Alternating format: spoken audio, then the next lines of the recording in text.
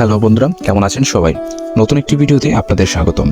রমজান মাসের একটি স্পেশাল মুহূর্ত যা ব্যস্ততার কারণে শেয়ার করা হয়নি, সেই মুহূর্তটাকে স্মৃতিচারণ করে রাখতে এখানে শেয়ার করতে যাচ্ছি আপনাদের সাথে। চলুন তাহলে শুরু করা যাক। বন্ধুরা মিলে একটা ইফতার পার্টির আয়োজন করার চিন্তা করছিলাম। হঠাৎ আমার বন্ধু পলাশের মাথায় আসে যে এবারের ইফতার পার্টিটা একটু ভিন্ন রকম হবে। এবার ইফতার পার্টিটা কোনো এতিমখানায় এতিম বাচ্চাদের সাথে বসে ইফতার করব। সো যে ভাবনা সেই কাজ, নেমে পড়লাম এমন এতিমখানা খোঁজার যেখানে খুব কম অনুদান যায়।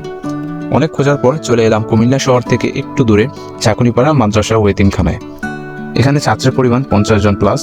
মাদ্রাসার প্রধান শিক্ষকের সাথে কথা বলে ডেটটা ফিক্সড করে নিলাম। এবার বাজারের পালা।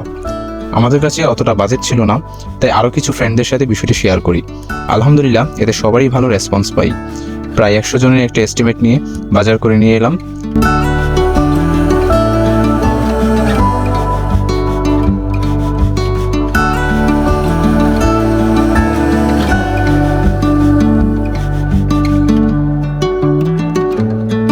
দিনটি ছিল সোমবার।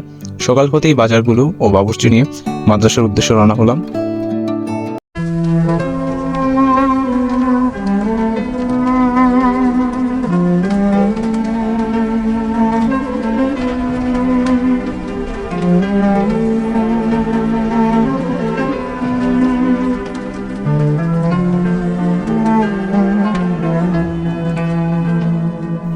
মাদ্রাসার কিছু ছাত্র সহ কাটাকাটি শুরু করে দিল। আমাদের মাঝেও কিছু ছোট ভাই তাদের সাহায্যে জড়িয়ে পড়লো।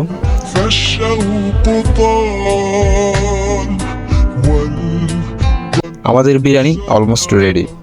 এবার ফল কাটাকাটির পালা।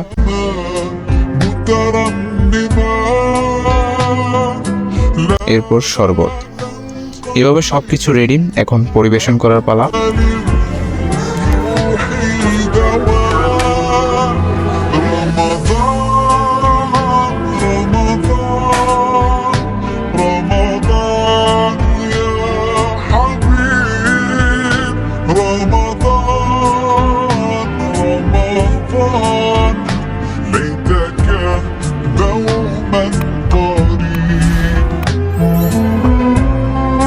আলহামদুলিল্লাহ সবাই ইফতারের আগেই উপস্থিত হতে পেরেছে।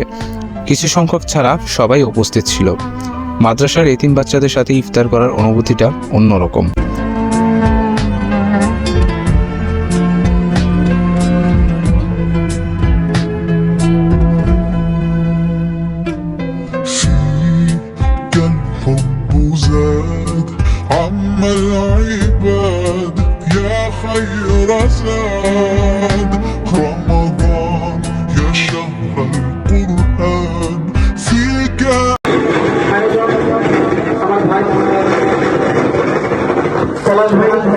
এবং ওনার ফ্রেন্ড সার্কেল, আল্লাহ তাআলা এই যুব সমাজকে কবুল করুক, সবাই বলি আমিন।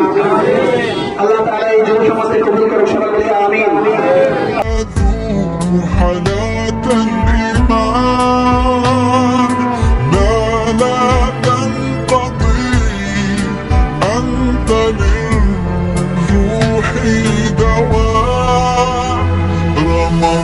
যদি কখনো সুযোগ হয় তাহলে এমন উদ্যোগ সবারই নেওয়া উচিত। কোনো রেস্টুরেন্টে বা নদীর পাড়ে ইফতারের আয়োজন না করে এতিমদের সাথে একসাথে বসে ইফতার করুন, ভালো লাগবে।